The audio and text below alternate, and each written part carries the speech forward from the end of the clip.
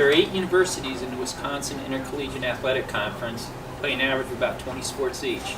And we've got 3 of the athletic directors here today, and Culver's the award-winning one and the nominee. It's Jonathan Yates with the Culture of Sports. Thank you for joining us. I'm going to ask each one to introduce themselves and tell us a little bit about the program at the university. My name is Dan Schumacher. I'm the Director of Athletics at the University of Wisconsin-Eau Claire. Dewey Nats, Athletic Director here at the University of Wisconsin-Stout. And I'm Brad Duckworth, the Director of Athletics at the University of Wisconsin-Stevens Point. So, Wisconsin Intercollegiate Athletic Conference, you guys are going to disagree with me because you're so modest, but I think it's the premier one in the country for its size. What do you think makes it so special, Brad? You know, I think the emphasis on the state of Wisconsin, you know, the fact that we're all part of a system. The wall-off Wisconsin? The wall-off Wisconsin, if you want to call it that. But the level of competition in our state, we're few in Division II. You know, there's only one Division II institution and 3 Division I institutions, so the majority of talent plays Division III athletics, and there are a lot of Wisconsin residents that do that. And, you know, pick the institution, we all have strong and competitive programs. And how many varsity sports do you have at your school? 21. What do you think the advantage is for the WIAC in recruiting? You guys are always winning championships, you're at the top year after year, so clearly something is working.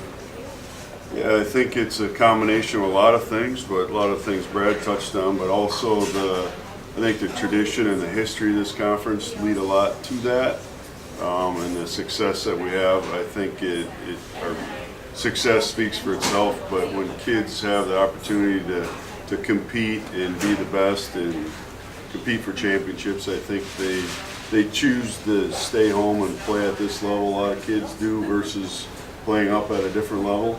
You know, there's a lot that goes into it, but I think the tradition and history of this conference have a lot to do with it as well. And how many varsity sports do you have? We have 18. So what do you think the WIAC advantage is?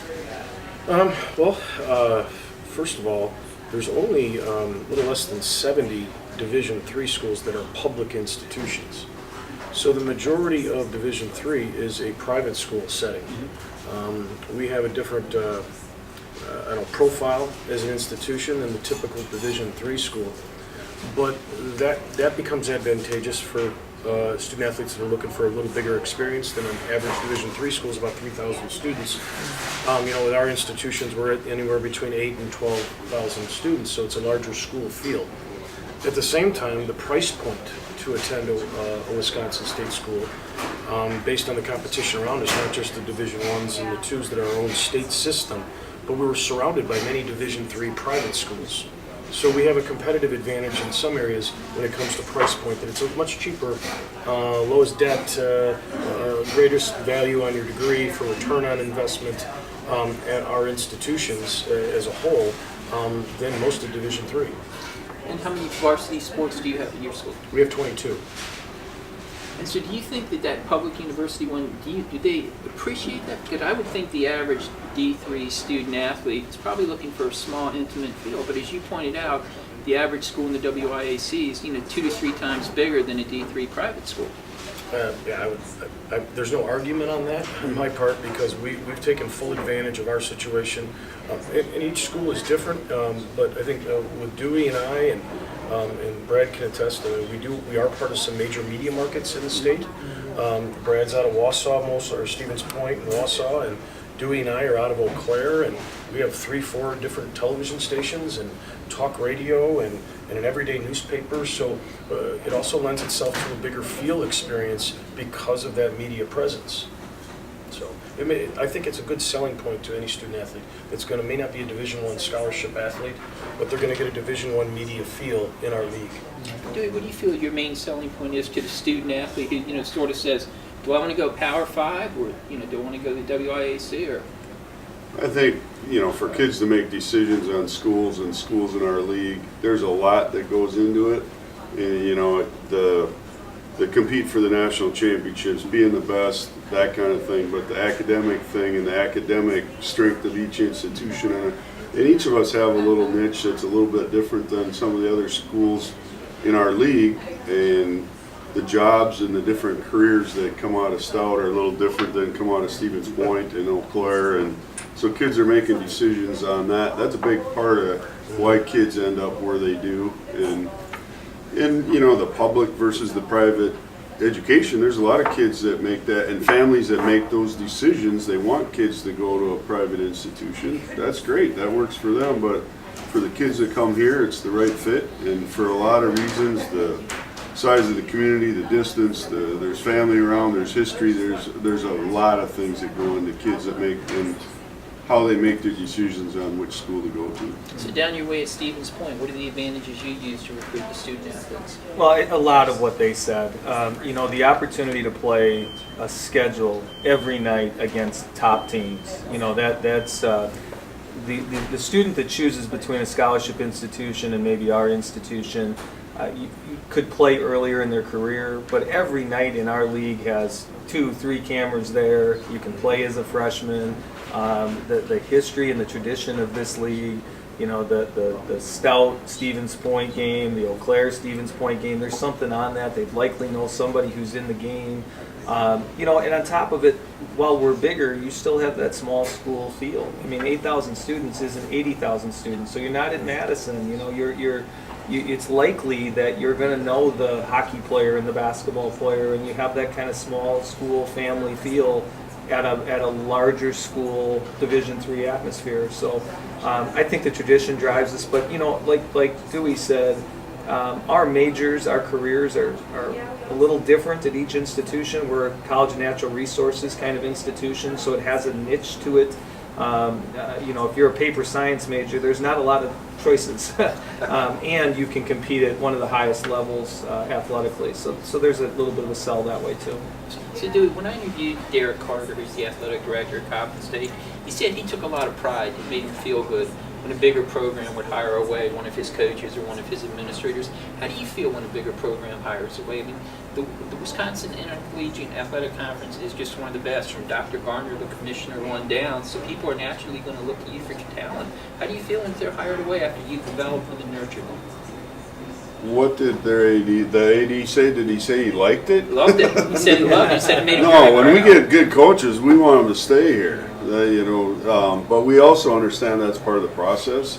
And I think our head coaches, and as a athletic director that used to coach, like many of us have, you know, part of mentoring young people and teaching young people as they get into coaching, and to not prevent them from getting other jobs. A lot of our coaches choose to stay at this level and stay in our league. So, but that's part of it. You know, I'm mentoring our younger coaches, and if they want to further their career and do other things, then we're, you know, hopefully we're teaching them the right things so they can take their skills to the next level if they choose to do that. But yeah, bittersweet, 'cause, you know, you train a coach and get them so they understand your institution and recruiting and that whole piece, and then they up and take off and go somewhere else. But I think a lot of those people also find out when they get somewhere else that maybe they had it pretty good in our league, and it was, you know, it's pretty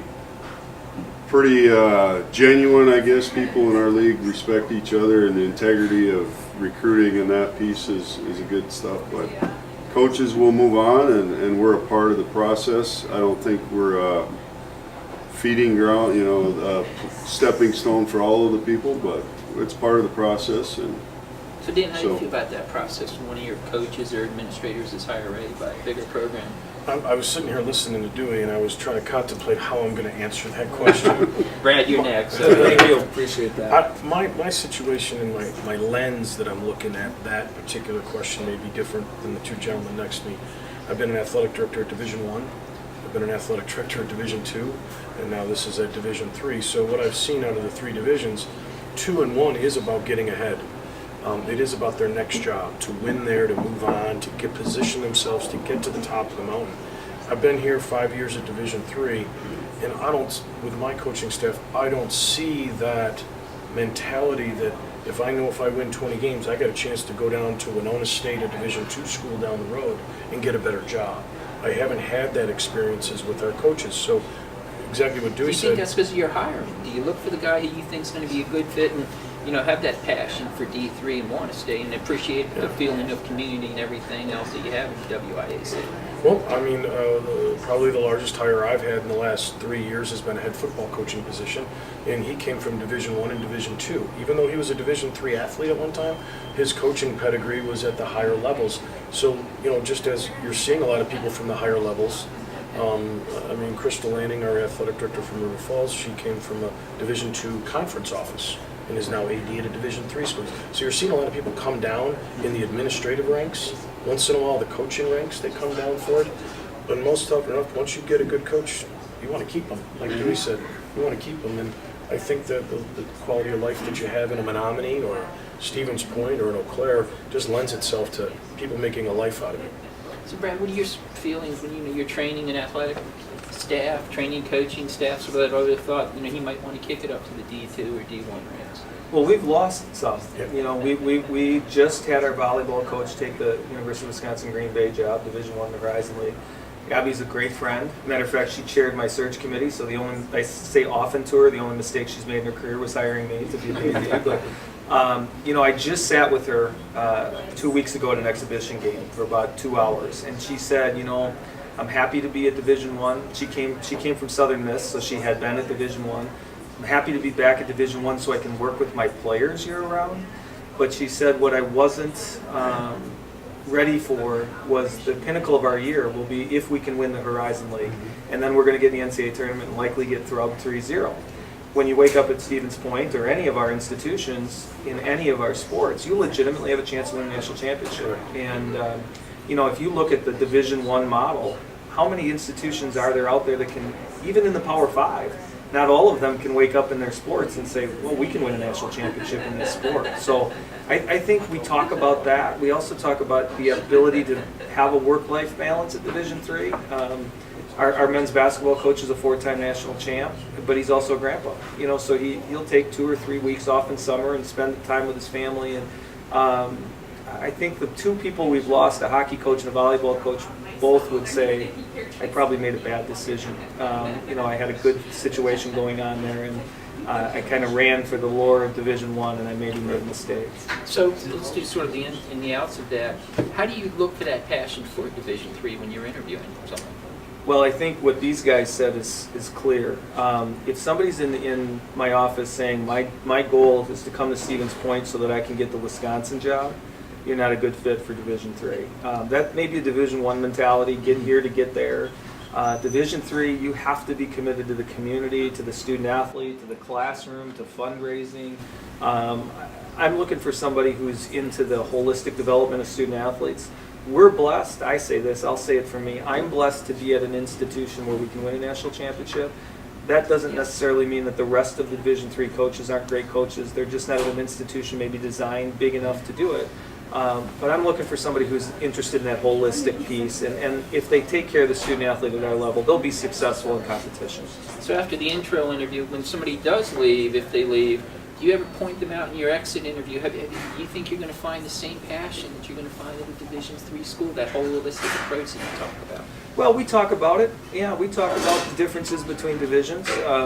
The paycheck at Division I is better, likely, and if they're chasing a paycheck and chasing that glory goal, that's okay. I mean, I don't want you to be here if there's bigger things for you, but I hope that we can explain to them the difference and what it's going to look like at the next level. If they're into that, I would be the first person to recommend them. I just want them to understand the differences in what it looks like. So Dewey, speaking of bigger things, I was up interviewing athletic directors from New England at the University of Massachusetts, and one thing that we talked about was the difficulty in New England. You're competing against the Red Sox and the Patriots. So what's it like, keeping that community together? When not only do you have, the Packers and the Brewers, you got the Vikings and the Twins and the Lions and the Tigers, and the Bears, and the White Sox and the Cubs. So how do you keep the focus, on a D3 program in a small town in Wisconsin? I saw, prepping a little bit for this question, we see it a little bit, but we don't, with the big-time Big Ten, they switch and move games around all the time. We were just talking about it before we went on the air. One of our games, Eau Claire and lacrosse football game, has been televised and has been televised forever. and they had to move their game around the Badger game, which just got moved time-wise. So it doesn't happen a lot. We don't move a lot of our stuff around. Are we aware of it? A little bit. You know, if the attendance may drop when the Badgers are playing at the same time or that kind of stuff. But we're not in direct competition with them as media-wise. This far away from Madison, so. So Dan, do you feel any of the competition from Big Ten, Big 12, NFL, It's, again, a different lens here. So I was athletic director at a Division I school in Chicago, part of the 5 Division Is that were there. And I could barely get my score on for men's basketball, competing against the Northwesterns and all the pro teams in the town, and University of Illinois down the road. And so, but I come to Eau Claire, and I'm not kidding you, Saturday's football game where we beat Oshkosh, that was the lead-in for the sports, not the Packers, not the Badgers. It was the lead-in for the sports. So I don't see it. So otherwise, so it's more of an advantage, actually. It is, yeah, I think it is, and that's the way we sell it to recruits. Is it an advantage up your way too, Brad? Absolutely. These people, our communities identify with our student athletes. You'd open with the Wisconsin kind of draw. Our fan base understand who kids are from Black River Falls, Wisconsin, and probably watched that kid play in a state tournament, or maybe and have know their family. While the Packers and the Brewers, I was like Dan, I was an athletic director in Milwaukee. Well, when you have UWM, the Brewers, the Bucks, then you put the Packers and the Badgers. If I could get the score in the paper, I was happy. You come to Stevens Point, and I'm telling you, there are people that watch our basketball team play who have seen every dribble in the gym since 1960. They can name every player who's ever been there. It's the community identifies with this blue-collar atmosphere of Division III athletes in our communities. Let's stay on community identification for a second. One of the major forces in college sports, whether good or bad, is conference realignment. Mm-hmm. That does not happen in the WIAC. Do you feel that is a huge advantage? If you look at it, Texas has not had a major recruiting class for years now, and there's only one school from Texas in the top 20 because they're being destroyed by conference realignment. Do you think that helps you at the WIAC? In fact, you've got this stability, you've got this sense of community. I mean, you're not going to be picking up a school in Arizona now, so you can go for the LA media market or something from the outside. Well, that's a complex answer because it's a complexity because we all have a different array of sports. Mm-hmm. So we have different agendas individually as athletic departments. But, UW Superior left us as a conference foe. So we have had some attrition from a conference realignment where they went to the UMAC. At the same time, in the past year, we've now attracted Northland College to come play hockey with us as an associate member.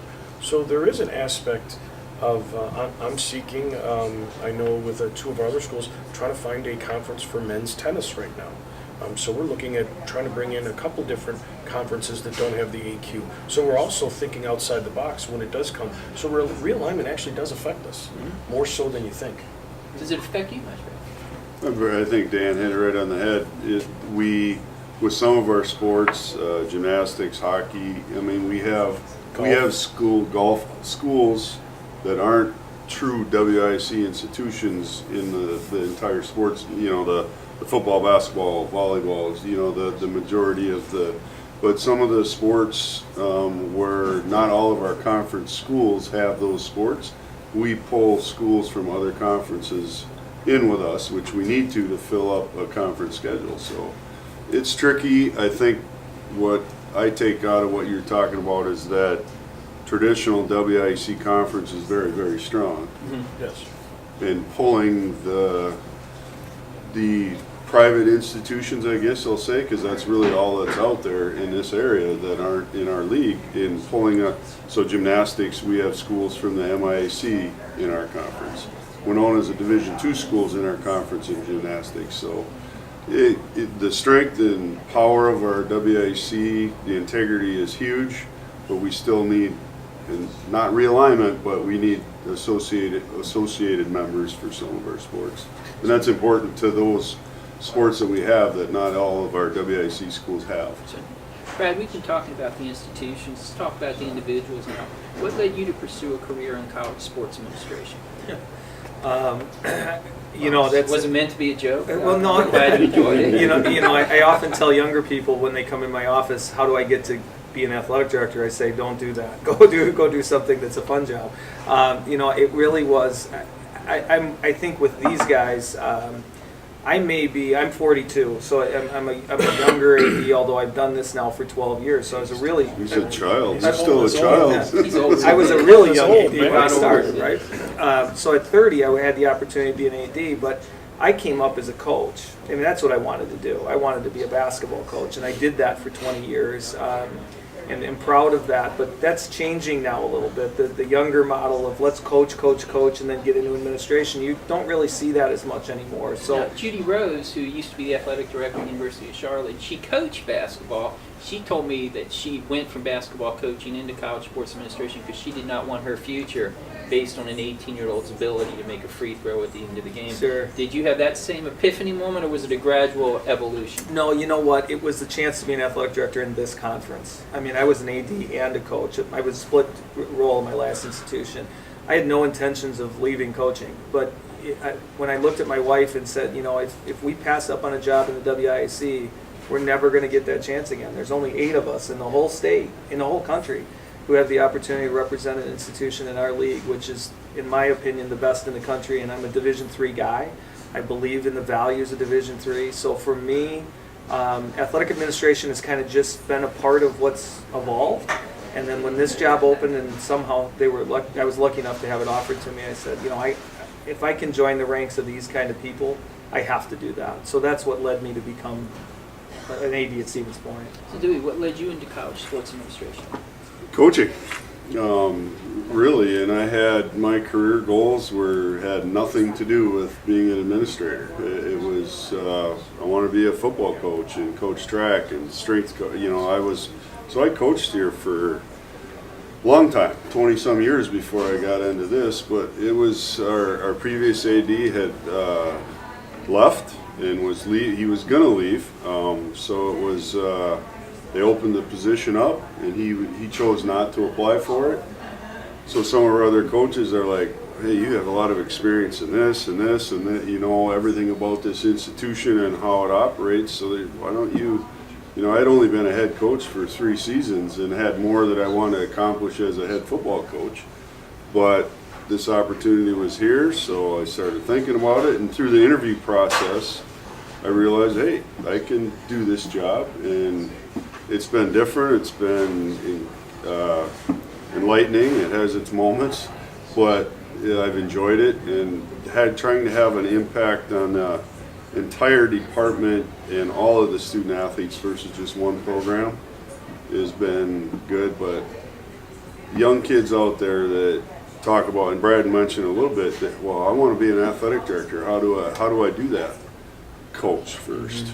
Because if you've never coached, I don't know how you can manage that piece of what a coach is going through if you've never coached. So, but that's how, my career goals were to be a coach. But it just kind of, through being here and understanding our institution and what it was going to take, thought I could do it. And through the interview process, realized I think I can do this and do a good job. And football will be okay without me, and I will be okay without football, kind of. But it's been good, and I enjoy it.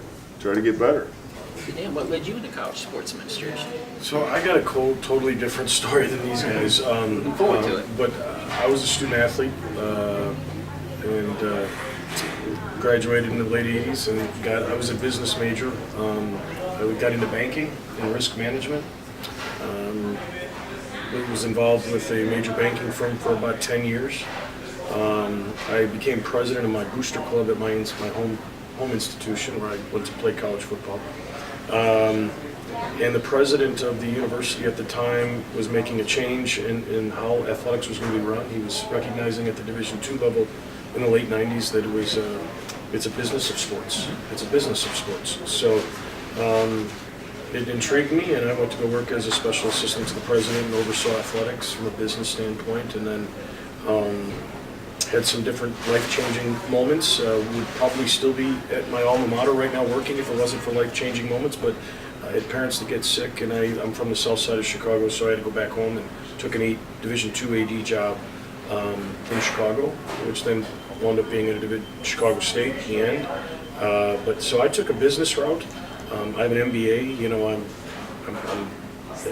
have more of a business lens that I look at it. I don't have the experience of coaching, though I've come from a whole family of coaching and played sports, and my children have been college athletes, and my wife was. So it's ingrained from a sports standpoint. But I really enjoy the business side and finding ways to create new ways of opportunity to provide for our student athletes from a financial end. Let's sit there and focus on the business side that you brought up for a second. I taught a class of politics and sports at the University of Iowa last year, and in the class we discussed about how we think we're on the fourth wave of athletic directors now. You know, the first wave was sort of the traditional football coach who then went on to become the athletic director. The second wave was, you know, people who thought they might want to coach but then realized, you know, being an athletic director was a life that was better for their family. The third wave, you know, you're starting to see people training for it. But the fourth wave, you know, like Christopher River Falls was an athletic trainer, was a coach. Jack Swarbrick from Notre Dame, he was a lawyer before he became an athletic director. You were an MBA. So do you think the fourth wave of athletic directors, which is now with people like you at the Vanguard, do you think we're going to see more and more people from the outside business world, maybe even athletic trainers, sports psychologists coming into the athletic directors as it evolves and becomes more complex? I really didn't know division in my time in Division I as an AD. I never met and really had a relationship with another AD that had any coaching background. I mean, everything from David Brandon, who was the CEO of Domino's Pizza, became the AD at Michigan. Jim Phillips at Northwestern was an MBA, and he was on the business side for business management of an athletic department. Now he's the AD at Northwestern. So most of my experiences at D1 were business related. Has that started to trickle down to D2 and D3? Yes, I do think that model is coming, because you're dealing with a budget, you're dealing with a very sensitive subject when it comes to public dollars, when you're talking about this taxpayer dollars that we're managing, that we have to be smart, we have to be articulate in our business, and it's the business of sports. And right now, we're not getting any more money from the state. So we have to grow our own, meaning Scott grow our own Walker revenue. did lose. So, I know, I haven't seen anybody I'm in not going on education camera on complain. anything. You got no problem. So Nope. what But do it's you- about revenue. Do you see more and more big people from outside sports in the fourth wave becoming athletic directors? Yeah, I think perhaps, at this level, maybe not, but at higher levels, Dan's experience at higher levels, it's already there. A lot of that level is that model. But you're also talking at the Division I level, you might have 75 people working in an athletic department. We're talking about 3 in my office. Our office is my associate athletic director, myself, and one other person. And that's pretty typical at this level. But as you add every level you go up, you're going to add more and more people to that pie. So I think just the way it's set up now, Division II probably already has more people with outside backgrounds and coaching involved in what they're doing. And I think as our model starts to progress, maybe to that model where we have more staff in our department, because we need to raise the funds and do all of the things that we're trying to do. A lot of us are doing a lot more. I'm trying to say this the right way. We, at a different institution, a higher institution, there's probably 3 or 4 people doing the job that Dan does, or the job that my assistant Aaron does. There's probably 3 or 4 or 5 people doing their jobs. So I think if we can ever get to that model with the amount of funding, but right now, we need to fund assistant coaches. We need to fund our coaches so they can recruit. So the priority isn't to add more administrative staff, So I think for now, most of and even Dan has coaching athletic background. He's not coming straight from working at a bank to boom, he's the AD. Right. He has a lot of athletic background before he went to that position. So maybe someday. For now, I think most of us are going to have some type of an athletic background. That could change. So Brad, do you see the fourth wave featuring the changes that you just talk about people with more of a business background possibly coming in due to the complexities of an athletic department? I think it helps. I mean, I have an undergraduate in sport management. I have a master's in sport administration. I went back 10 years later and got an MBA for a lot of those reasons, to grow my career. And I'm currently midway through a doctorate in student affairs. We see a lot of Today there's a lot, there's business and there's legal aspects. So if I was going to go get an advanced degree, it was either going to be a law degree or a degree that can handle the student affairs aspects, the Title IX aspects, the sexual assault, sexual misconduct, the things that really impact athletic departments, institutions, communities. I don't think we're in a time in athletics where a coach can be a great coach and then step into the AD's office and then just say, well, you go coach this team, you go coach this team, and sell tickets. It's not that. But at Division III, I'm not sure you could be the CEO of Domino's and then come in and run a Division III athletic department, because it isn't. There still is an element of you have to wash the windows, you have to set up the chairs, there's an element of running sport. Let's stop and focus on sort of that hiring there for Division III. There's an old saying in college sports that, good coach, great athletic director. Bad coach, horrible search committee. So what would you tell a search committee to look for to get somebody who's going to flourish at the Division III level? As an athletic director? Yes. I think they have to be able to be willing to do several things. I mean, I don't think you can sit and be a true accountant. I don't think you can be just a fundraiser. I don't think you can be a developmenter of people. I think you have to do all of those things. You have to be willing to do the dirty work, if you want to call it that. I mean, I would say all of us do things on a daily basis that likely a Power 5 AD is not doing, and you have to like that. You have to want to do that. You have to want to sell tickets when you need to sell tickets or sweep a floor, because there isn't anybody else to do that.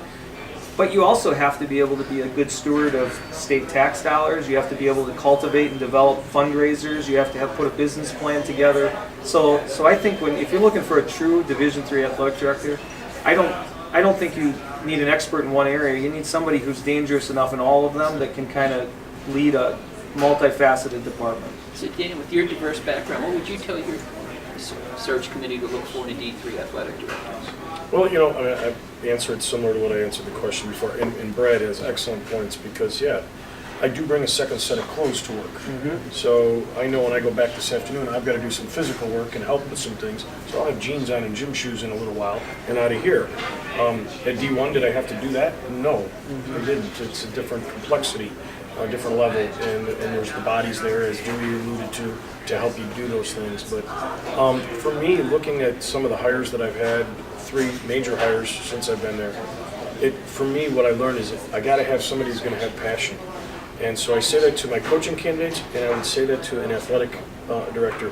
You have to have a passion for either the students itself, the experience, the institution itself, the level of competition that every day we get up and we don't knock heads with football helmets on, but we're knocking heads mentally because I got to compete against these guys every day because they're trying to make their school better. So, I make sure the candidate knows that, you may not be competing physically all the time, but mentally and what you're trying to do, position yourself against the other schools, is the everyday, which exasperates and it continues.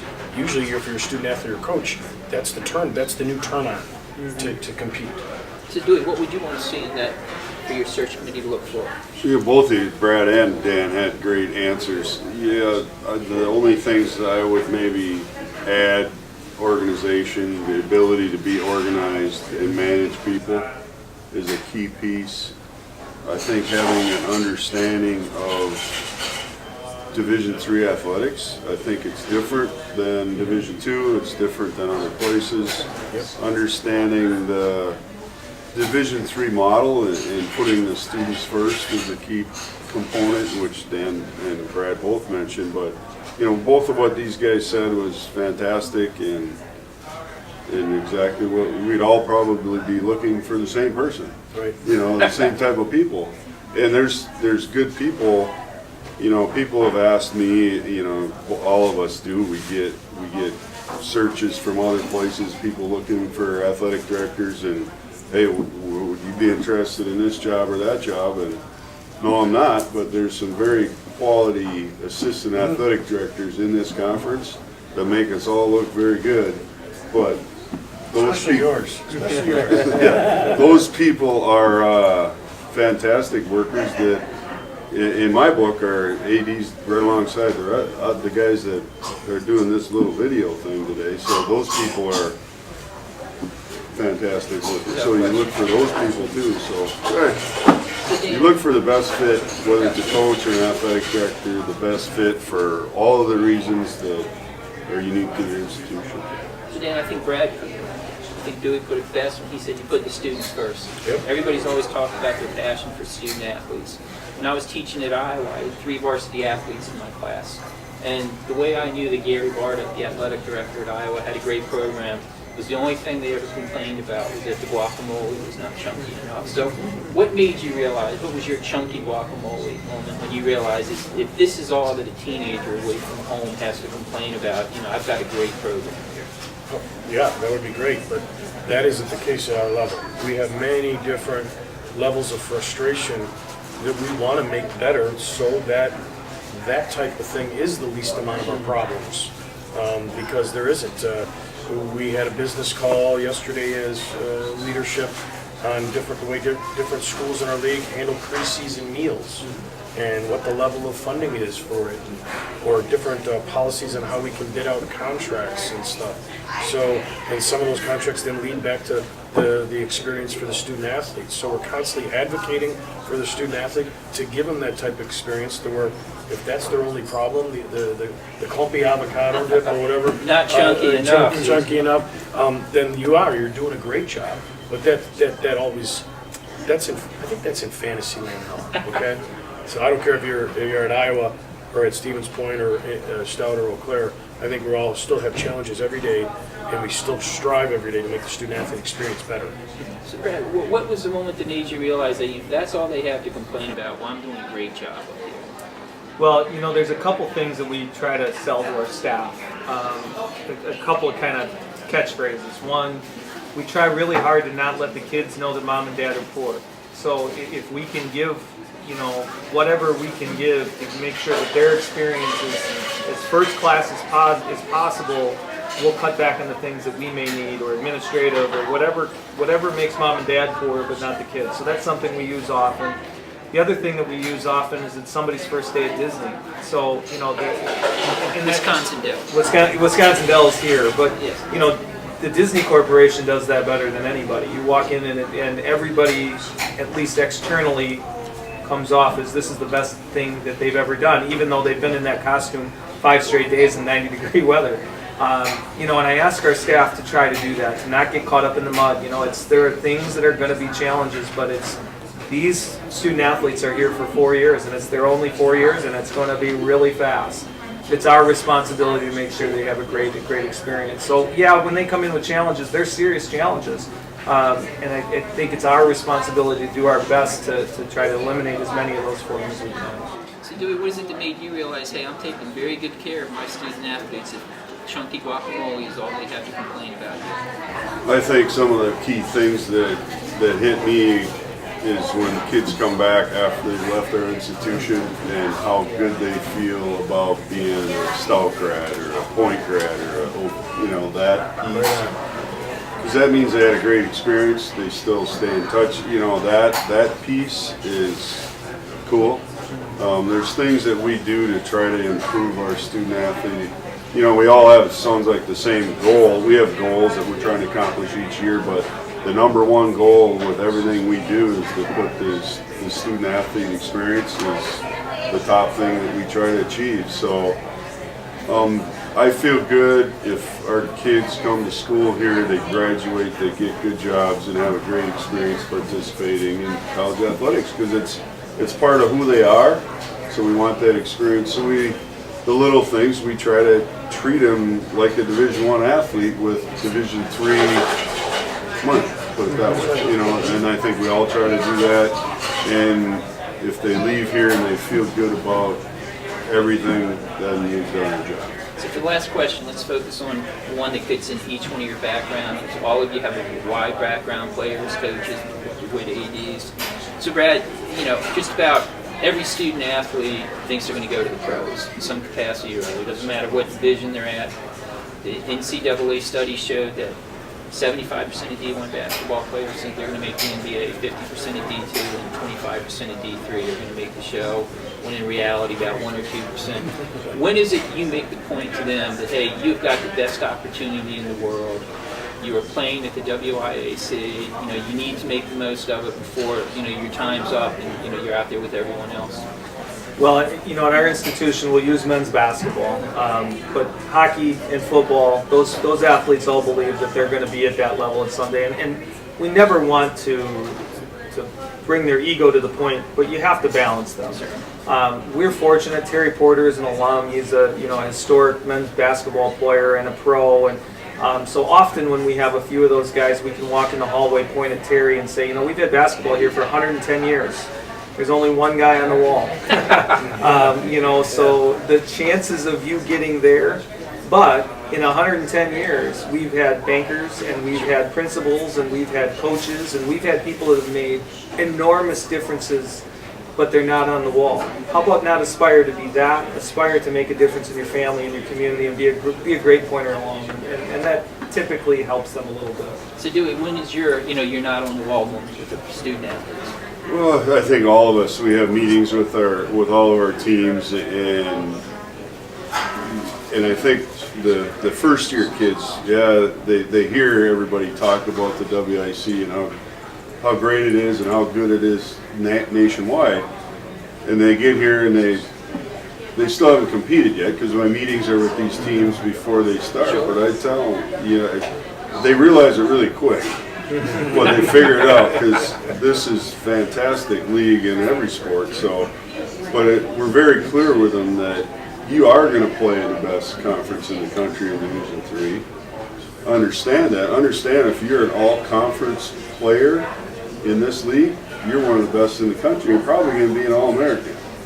And they hear you say that, and until they actually get out on the court or on the field or on the track, they realize it in a hurry. But I think our kids, that's an important piece to learn, but most kids are realistic. There's a few that aren't, that think they're going to be in the NFL next year, but so be it. Let them pursue their dream, and reality will show up, and they'll figure it out. But all of us have had, you know, you have a few kids that get tryouts and kids that hook up with teams at the professional level, so there's always that opportunity, and we can't squash that dream. But I really try to talk about you guys are guys, gals are playing in the best league in the country. Enjoy it, and good luck to you, because it's tough some days.